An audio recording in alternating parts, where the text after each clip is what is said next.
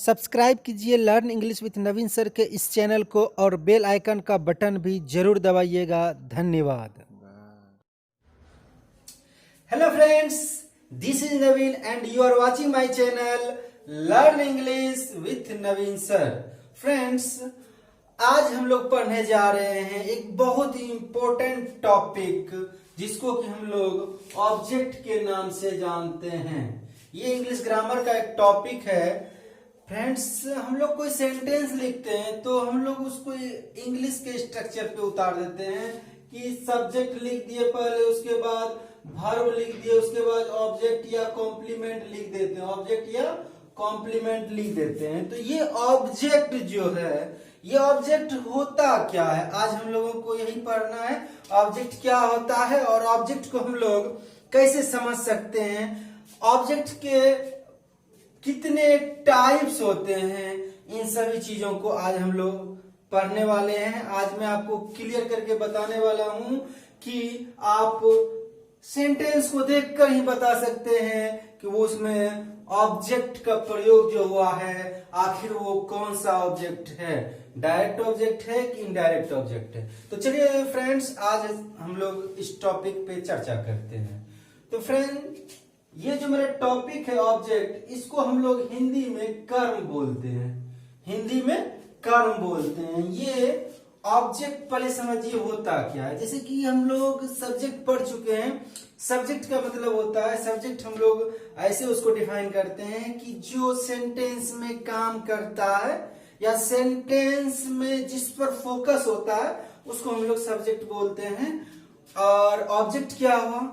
Object हुआ कि sentence के वर्ब के एक्शन का इंपैक्ट जिस पे पड़ता है उसको हम लोग बोलते हैं ऑब्जेक्ट। उसको हम लोग बोलते हैं ऑब्जेक्ट। यानी सब्जेक्ट जो कर रहा है, जो काम करता है, उसको सब्जेक्ट बोलते हैं। सब्जेक्ट जो कर रहा है वो किस पर पढ़ रहा है, जो करता है, जो काम करता है, वो सब्जेक्ट, जिसपे काम होता है उसी को हम लोग ऑब्जेक्ट बोलते हैं। इस चीज को और हम क्लियर करके आपको बता रहे हैं एग्जांपल से। पहले हम लोग इसका डेफिनेशन समझते हैं, इसको कैसे डिफाइन कर सकते हैं। फ्रेंड्स, समझिएगा, ऑब्जेक्ट होता क्या है? एन ऑब्जेक्ट इज समथिंग और somebody that receives an action. हम आपको अभी बताए कि ये वर्ब के एक्शन का इंपैक्ट जहां पड़ता है वो एक रिसीवर होता है।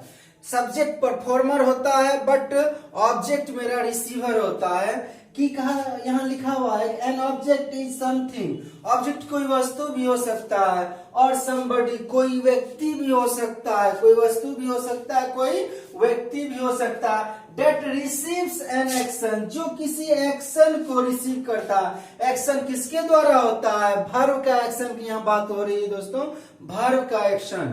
तो जो वर्ब के एक्शन को रिसीव करता है उसको हम लोग ऑब्जेक्ट बोलते हैं।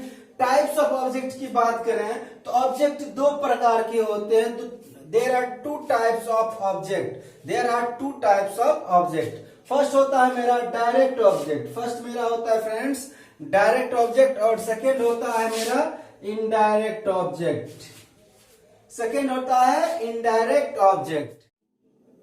फ्रेंड्स, ये जो मेरा डायरेक्ट ऑब्जेक्ट होता है, इनडायरेक्ट ऑब्जेक्ट होता है। सबसे पहले समझिए आप, डायरेक्ट ऑब्जेक्ट हम लोग किसको बोलेंगे? डायरेक्ट ऑब्जेक्ट होता है it directly receives the action of the verb. Verb का जो एक्शन होता है उस एक्शन को अगर ये डायरेक्ट रिसीव करता है, यानी कि वर्ब के एक्शन का इंपैक्ट, उसका प्रभाव डायरेक्ट किसी भी शब्द पर पड़ता है, वो शब्द मेरा ऑब्जेक्ट कहलाता है और वो मेरा डायरेक्ट ऑब्जेक्ट कहलाता है। तो जैसे कि आप ध्यान दीजिए, समझिए इस एग्जांपल से। जैसे आई कैन बीट यू।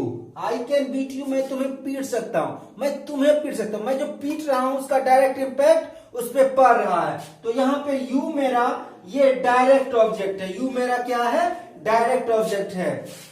वैसे फ्रेंड्स, एक चीज हमेशा याद रखिएगा, ये जो डायरेक्ट इनडायरेक्ट का ये लफड़ा है ना, ये लफड़ा सिर्फ उन सेंटेंस में आपको होगा जहां एक से अधिक ऑब्जेक्ट आपको मिलेंगे। जहां एक ऑब्जेक्ट मिलेंगे वो मैक्सिमम ऑब्जेक्ट डायरेक्ट ऑब्जेक्ट ही होगा, इनडायरेक्ट नहीं होगा। वो मेरा ऑब्जेक्ट डायरेक्ट ही होगा।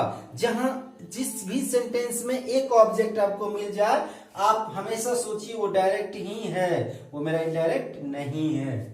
और होता क्या है, इनडायरेक्ट ऑब्जेक्ट की बात करते हैं फ्रेंड्स। इसमें हम लोग इनडायरेक्ट ऑब्जेक्ट को कैसे पहचानेंगे? An indirect object is the person that receives the direct object. कह रहे हैं ये जो इनडायरेक्ट ऑब्जेक्ट होता है ये कोई पर्सन ही हो सकता है, कोई व्यक्ति ही हो सकता है जो रिसीव करता है। ये वर्ब के एक्शन को रिसीव नहीं करता है, ये रिसीव करता है डायरेक्ट ऑब्जेक्ट को ही रिसीव कर लेता है। जो डायरेक्ट ऑब्जेक्ट को रिसीव करता है वही मेरा इनडायरेक्ट ऑब्जेक्ट कहलाता है।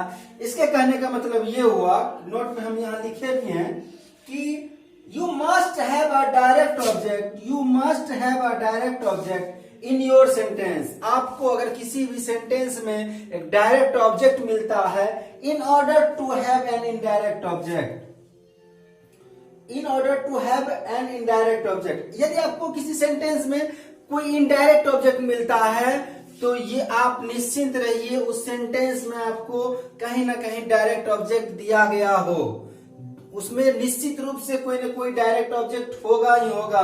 बिना डायरेक्ट ऑब्जेक्ट का इनडायरेक्ट ऑब्जेक्ट अगर आता है तो उसका सेंस ही क्लियर नहीं हो पाता है कि आखिर सेंटेंस कहना क्या चाह रहा है, आखिर सेंटेंस कहना क्या चाह रहा है, ये क्लियर नहीं हो पाता। इसलिए फ्रेंड्स आप ये चीज याद रखिएगा, जहां भी इनडायरेक्ट सेंटेंस का इनडायरेक्ट ऑब्जेक्ट का यूज हुआ है वहां पर डायरेक्ट ऑब्जेक्ट होगा ही होगा।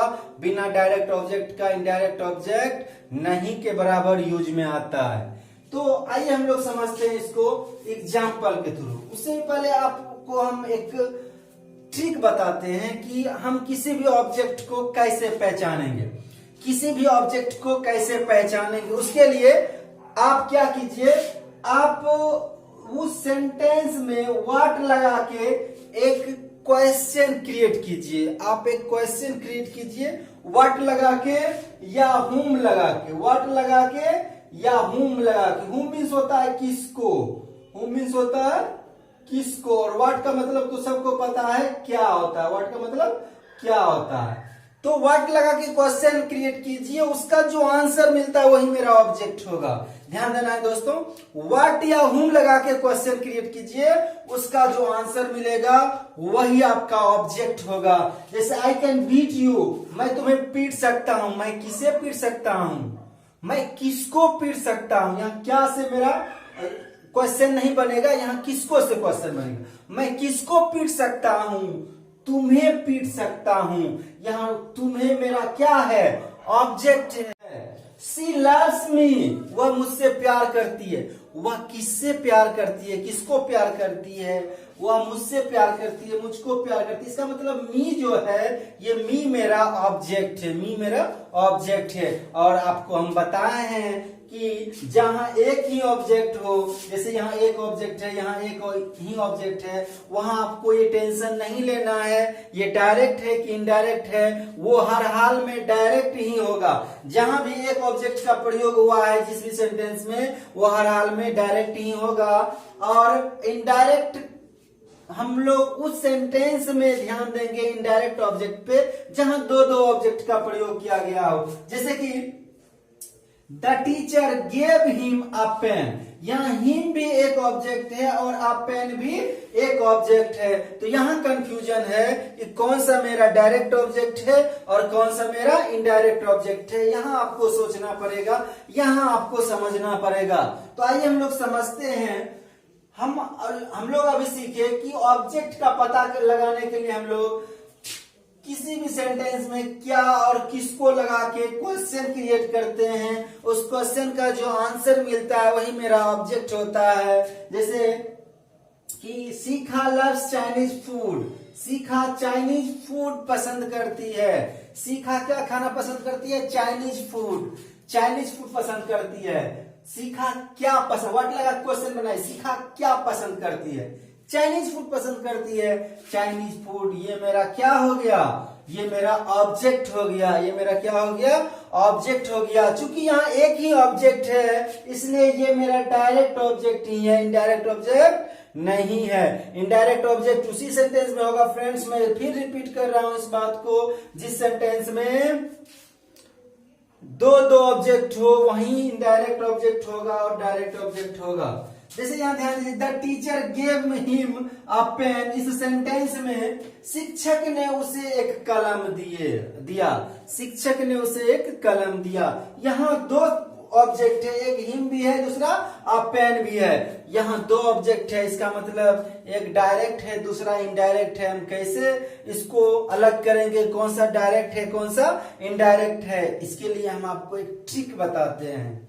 जैसे आप लोग मैथ में ट्रिक पढ़ते हैं, उसी तरह से इंग्लिश में भी एक ट्रिक याद रखिएगा। व्हाट लगा के क्वेश्चन क्रिएट करने से जो आंसर मिलता है वही मेरा डायरेक्ट ऑब्जेक्ट कहलाता है। यहां ध्यान देना है, the teacher gave him a pen. शिक्षक ने उसे क्या दिया? शिक्षक ने उसे क्या दिया?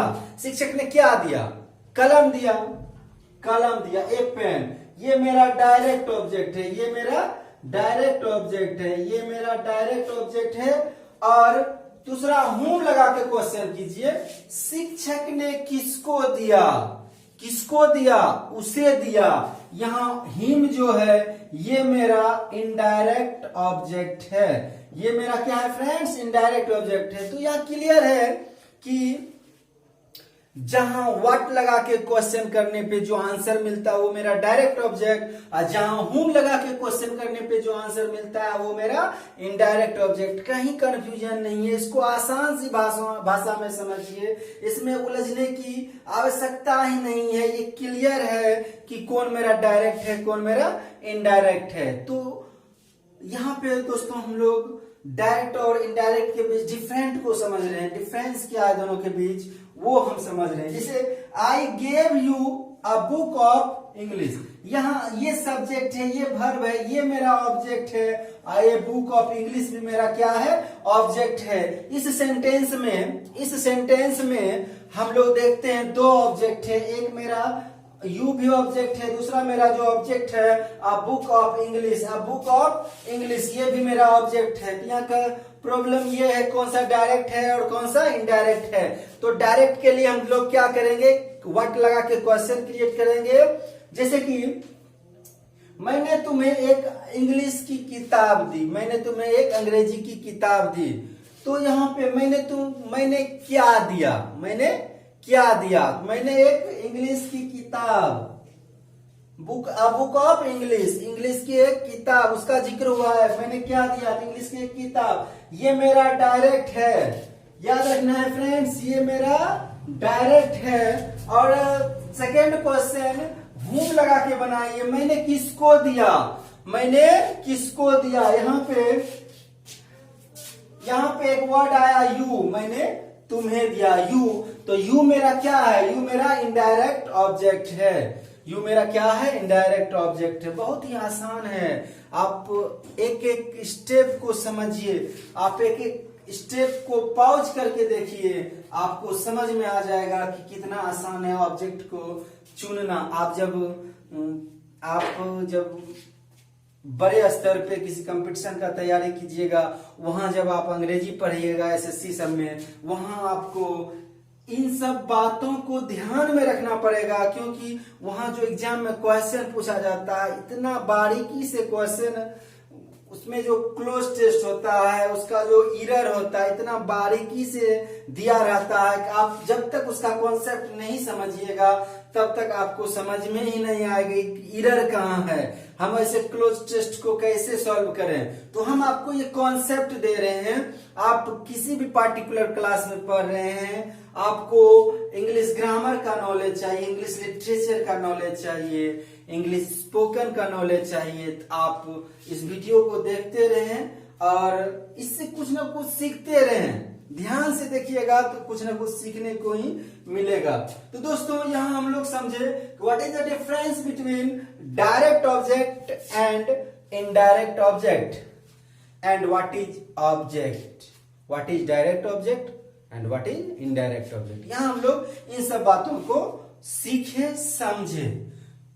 मैं आशा करता हूं कि आप लोगों का जो ऑब्जेक्ट से रिलेटेड कंफ्यूजन है वो क्लियर हो गया होगा।